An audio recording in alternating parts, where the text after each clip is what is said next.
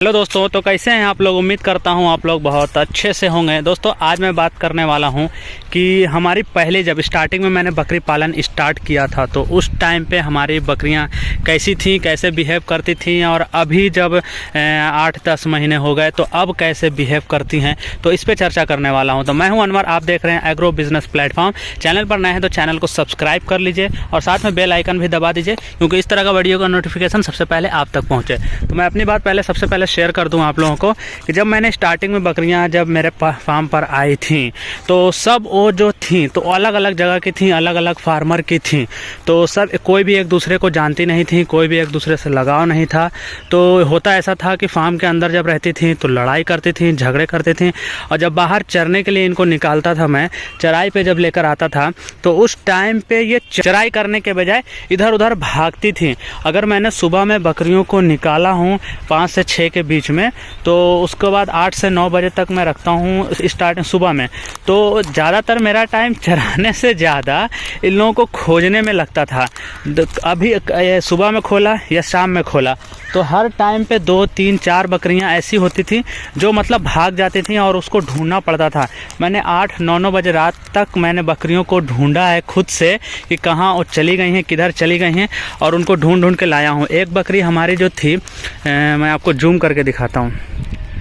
ये वाली जो आपको दिख रही है, किधर गया, ये वाली आपको जो दिख रही है ब्लैक और पीठ पे थोड़ा सा वो वाइट है, तो इस बकरी को मैं दूसरे दिन अपने फार्म पे लेकर आया था। हमारे फार्म से लमसम 5 किलोमीटर के दूर पे दूसरा जगह चला गया था और रात में एक इंसान ने अपने पास में रखा। जब मैं उनको खोजने गया तो वहाँ से उन्होंने मुझे दे दिया। तो इस तरह का परेशानी मुझे स्टार्टिंग में बहुत झेलने को मिला। अभी जैसे कि बकरियाँ यहाँ पर चल रही हैं तो 2-4 यहाँ है और 2 उसमें से निकल कर कहीं उधर चली जाएंगी, तो कहीं उधर गाँव में चली जाएंगी। ये सामने वाला गाँव है, इसमें इधर सामने वाला गाँव है, इसमें इस तरह से दूर दूर तक मतलब चली जाती थी, भाग जाती थी।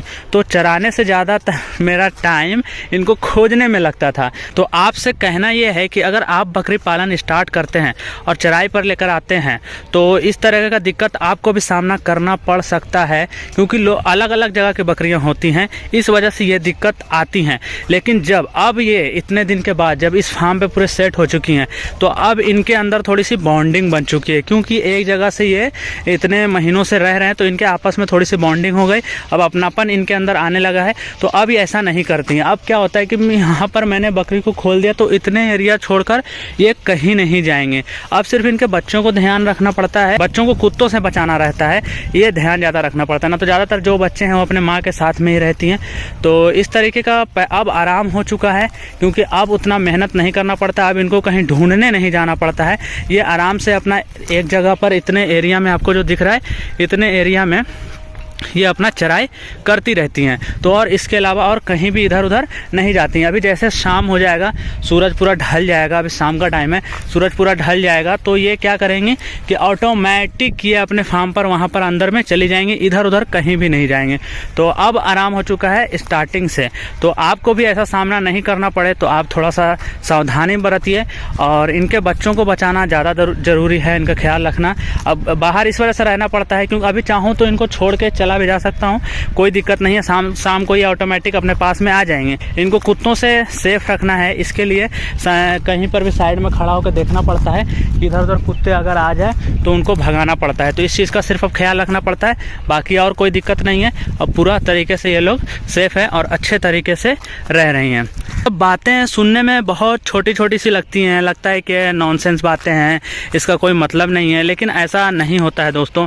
ये सब बहुत इम्पॉर्टेंट बातें हो जाती हैं जब आप खुद फार्म करने लग जाते हो। जब बोलते हैं ना कि डिसएडवांटेज क्या है, इसमें क्या परेशानी आती है, तो ये करने के बाद पता चलता है। तो अगर कोई किया हुआ है तो उससे सीखना ज़रूर चाहिए अपने को।